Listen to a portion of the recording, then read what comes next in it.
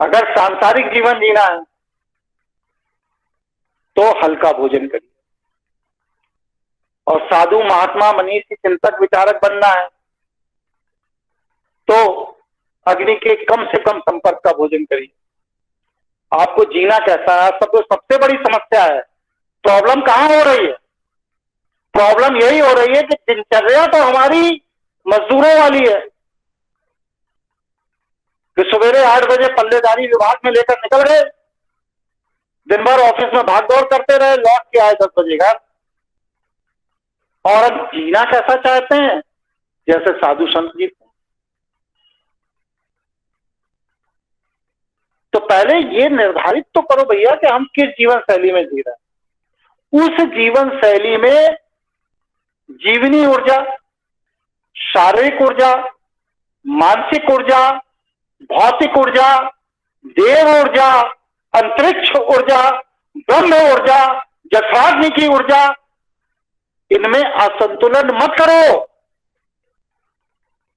नहीं तो बस सिर्फ बीमार पड़ोगे। अति सर्वथा वर्जिते। देश काल परिस्थिति कार्य व्यवसाय क्षमता आयु को दृष्टिकोण में रख करके अपनी डाइट निर्धारित करो। अब हमारे जो बाबा के मतलब मेरे परबाबा के जो गुरु जी थे, अरे आप देवराहा बाबा जी को ले लीजिए, उन्होंने 350 साल कोई भोजन ही नहीं किया। तो आप कह दो हमें देवराहा बाबा बनता, हम भी 350 साल कोई भोजन नहीं करेंगे, तो क्या कर पाओगे? नहीं कर पाओगे। वो दिव्य आत्माएं, उन्होंने जन्म जन्म की तपस्या की तब जाकर के इस जगह पहुंचे। आपको और हमको अपने देश काल परिस्थिति परिवेश काम धाम व्यवसाय व्यापार के अनुसार अपने भोजन का चयन करना है, और वह भी कैसा भोजन जो सरल हो, हल्का हो, तामसी ना हो, तमस ना पैदा करे, जठराग्नि पर बोझ ना पड़े। क्योंकि एक सूर्य जो बाहर चमकता है वैसा ही सूर्य हमारे अंदर हमारी लीवर में भी चमकता है, वह जठराग्नि की ऊर्जा। वो जब धीमा पड़ता है तो उसको आयुर्वेदा में नाम दिया गया मंदाग्नि रोग हो गया, जठराग्नि कम हो गई। तो इसलिए संतुलन, अति नहीं। इसके लिए कभी भी भोजन पर एक अलग से सत्र लूंगा। अब आज के विषय पर और कोई जिज्ञासा, कोई प्रश्न किसी साथी का हो तो बताइए। गुरुजी आपने जैसे बताया कि कलयुग के 5617 वर्ष पूरे हो चुके हैं। हाँ। और आप फेसबुक में लेख मैंने पढ़ा है जिसमें 7 वर्ष अभी विश्व सत्ता के रहेंगे। हाँ। तो आने वाला समय और भी बेकार होने वाला है, आने वाला जो समय है, क्योंकि अभी किस दृष्टिकोण से आप बेकार और अच्छे का मानक बना रहे हैं? आप अपना नाम बताइए, कौन बोल रहे हैं भैया? मैं राहुल गुप्ता बोल रहा हूँ गुरु जी। हाँ, तो अच्छे और बुरे का मानक क्या है आपका? अगर आप व्यावसायिक दृष्टिकोण से सोच रहे हैं तो आने वाला युग बहुत अच्छा है। कालाबाजारी करने का मौका मिलेगा, हथियार बेचने का मौका मिलेगा, नशीले पदार्थ बेचने का मौका मिलेगा, दूसरों की धन संपत्ति कब्जा करने का मौका मिलेगा। जब युद्ध में लोग मर जाएंगे तो दूसरों के मकान कब्जा कर मेरा और अगर सात्विक, आप कोई बात तो सुनिए, और अगर सात्विक दृष्टिकोण से आप देख रहे हैं जी जी, तो जो व्यक्ति है वो अपने कर्म का दंड भोग रहा है, आपको उससे क्या लेना देना? जी जी। तो जब हमें कोई लेना देना नहीं है तो हम किसी की चिंता क्यों कर रहे हैं?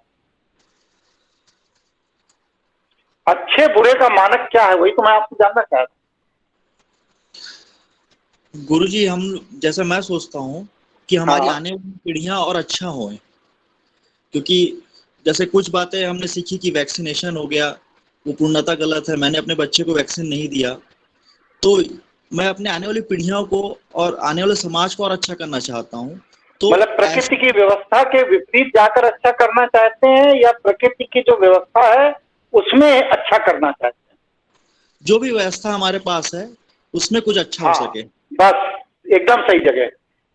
आप ना किसी समय को बदल सकते हैं, ना किसी समाज को बदल सकते हैं, ना किसी राष्ट्र को बदल सकते हैं, ना किसी की मानसिक स्थिति को बदल सकते हैं। जी बस जो परिवेश हमारे पास है, हमारी अपनी पत्नी है, बच्चा है, माता है, पिता है, भाई है, बंधु है, दोस्त है, नातेदार है, रिश्तेदार है, जो भी अपने हैं, जी वो सुखपूर्वक कैसे जिए, इसके लिए परामर्श आप दे सकते हैं।